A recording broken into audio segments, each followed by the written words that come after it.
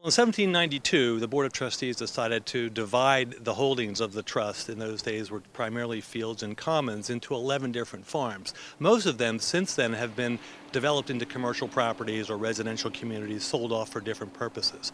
This is the last of the 11 farms, which we affectionately call Penn Farm. This particular farm, its first tenant was a trustee by the name of John Crow, and since then the trust has elected to have tenant farmers until about a few months ago when we decided, I think in a really exciting way, to work with a nonprofit agency, the Delaware Greenways, to manage and bring this property to life for people.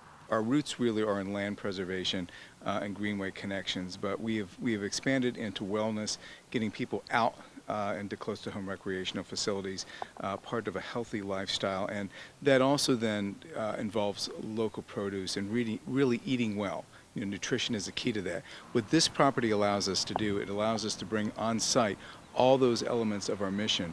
What we're doing is we're bringing together growers and we're bringing together educators. And this really becomes a sustainable urban agricultural center. The trustees have done a wonderful job in what you see to date in really getting this place to a point where we can be doing what we're doing today. But there's a lot more work to be done. We need to bring irrigation onto this site. There's improvements to the soil and what have you, and that will build over time. The goal also is not only to be able to get these products out to the community, but teach people how to eat them and what to do with them. So this facility here will become a teaching kitchen, will become a classroom. The lower portion of this barn, we will be able to do year-round programming. The upper portion of the barn will be seasonal and we'll be able to have larger events. Here we hope to be able to bring people together for lecture series, to do a whole host of things, some of which we're still thinking through. And the house itself, all of this is on the National Register.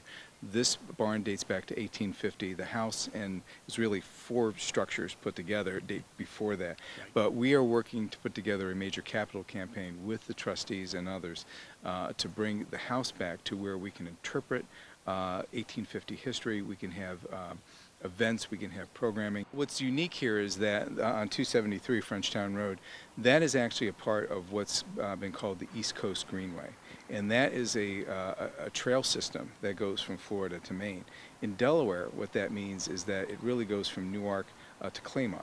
And recently, DelDOT completed, through Newcastle County and through Jonathan Husband's work, a trail system that will go from the Christina River right to Newcastle. And that will then tie into the riverfront. We have a project now that we're working on with DelDOT that will extend that all along 273, all in front of this property and onto Newark. So what we're looking at, hopefully in 4, 5, 6 years, is a trail system that you can come here from Wilmington and from Newark. And from Newcastle, it'll really be a central location along that system.